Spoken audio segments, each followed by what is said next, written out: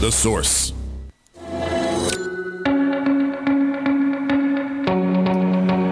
All right, 5 minutes after 10 o'clock.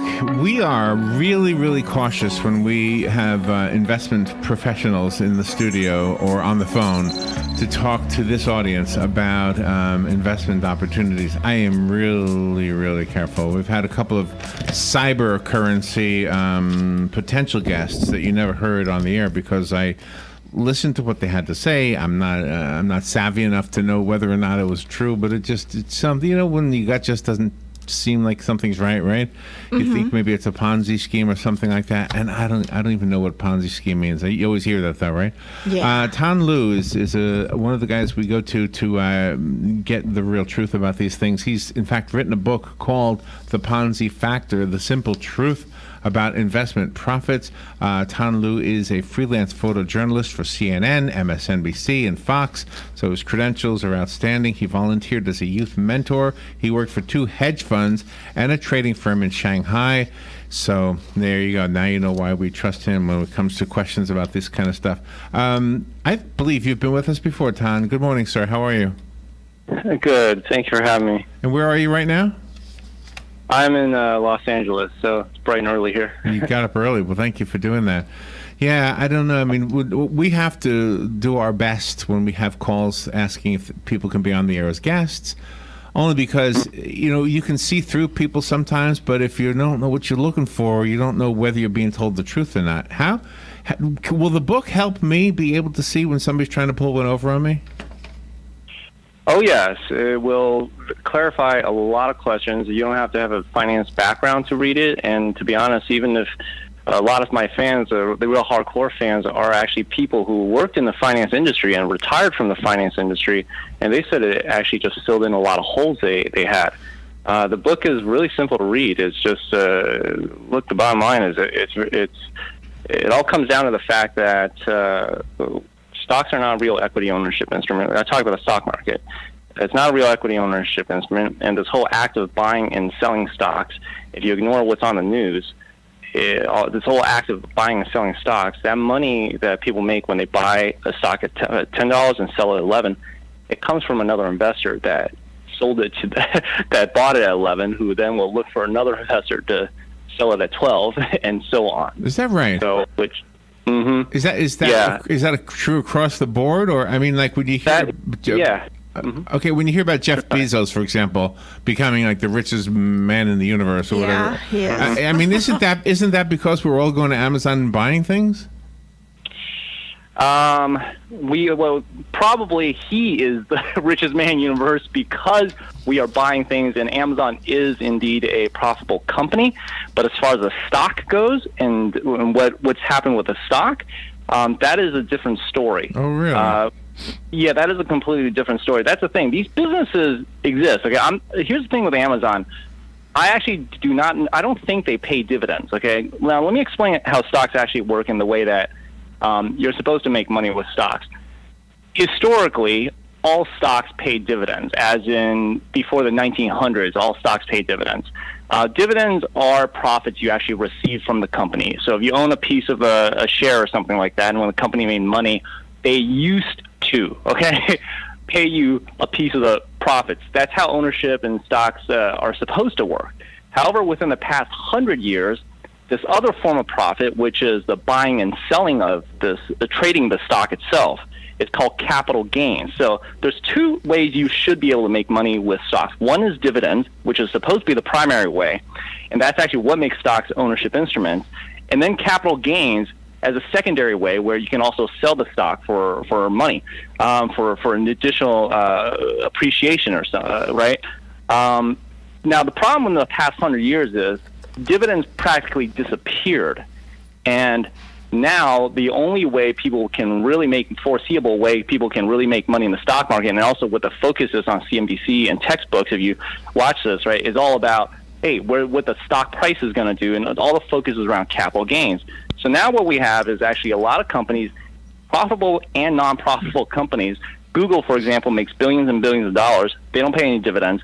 Amazon, I don't think, pays any dividends either, but I will say I did not look at their SEC filing specifically for Amazon, so I'm not going to put a cap in saying that I know this for a fact about Amazon, but I know that Berkshire doesn't pay dividends either, or actually Berkshire brags about how they haven't paid dividends since 1967. So the problem is, if you have a stock that doesn't pay dividends, okay, as in you receive no money from the company, right, and the only foreseeable way you make money is by selling it to another investor, that and basically that's just a system that shuffles money between investors. And in a system that shuffles money between investors while the investors think that profit comes from somewhere else is by definition a Ponzi scheme. Oh, wow. And so can you talk about the Bitcoin? Is that what's happening with Bitcoin, or is Bitcoin something different? Bitcoin has another angle to it, the cryptocurrency. One, if the people are just trying to make money, right, U.S. dollars, because then it's the same category, because people are just trading this Bitcoin thing for real U.S. dollars. The real scenario comes in like this, right? Nobody buys stocks for the sake of having stocks. As in, you don't go out there and buy a share of Google and say, that makes sense. I love my shares of Google, right? I don't ever want my money back. I just want to hold their stock, watch the number grow my portfolio, and never get my money back, okay? Right. The problem is people, right? People do want their money back. Yeah.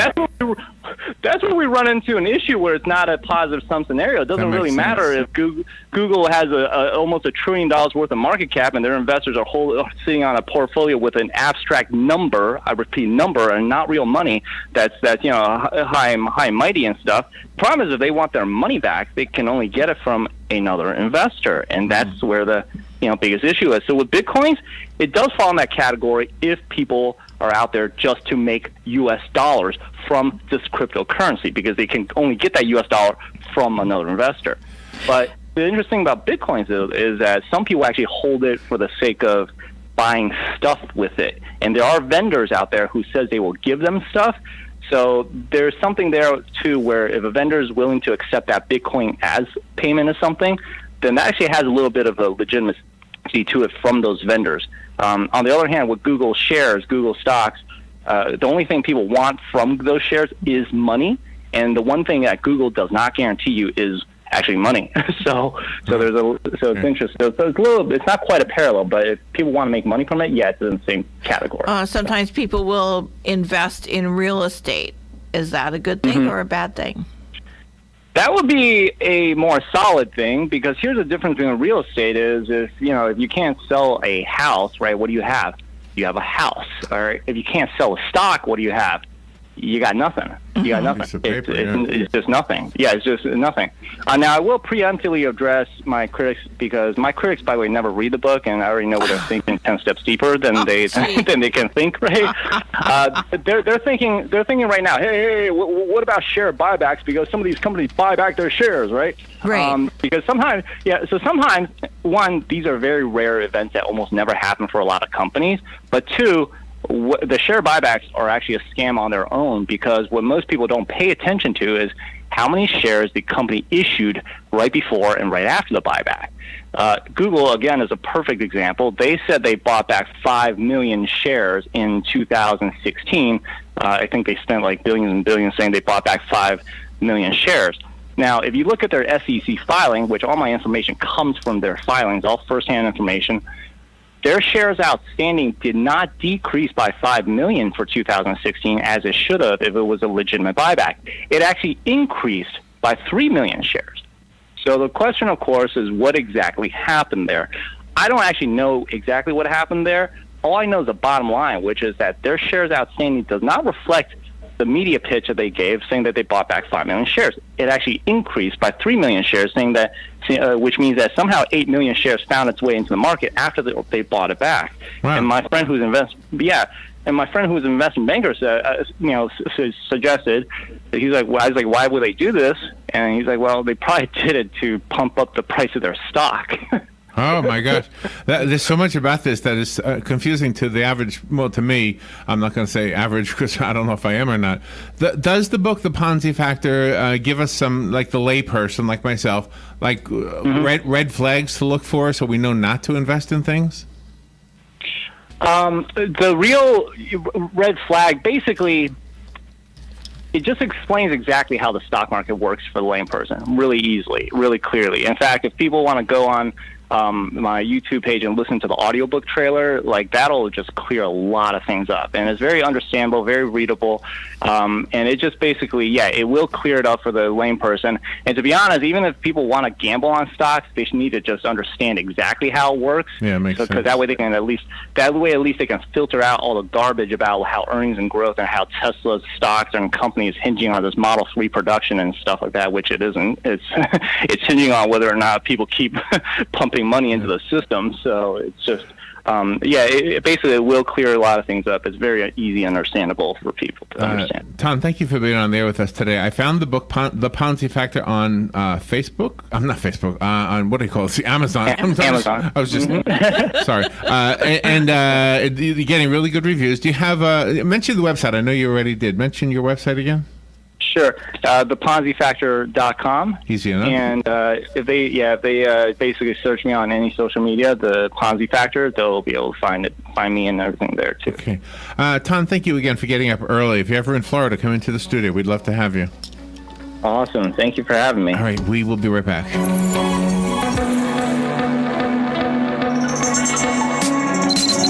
Here is your 1-minute news brief. Billionaire developer Jeff Green is joining the other 4 Democrat gubernatorial candidates this evening at Florida Gulf Coast University in his first debate since his late entry into the race. Duke Energy says about 14,000 customers lost power in St. Petersburg and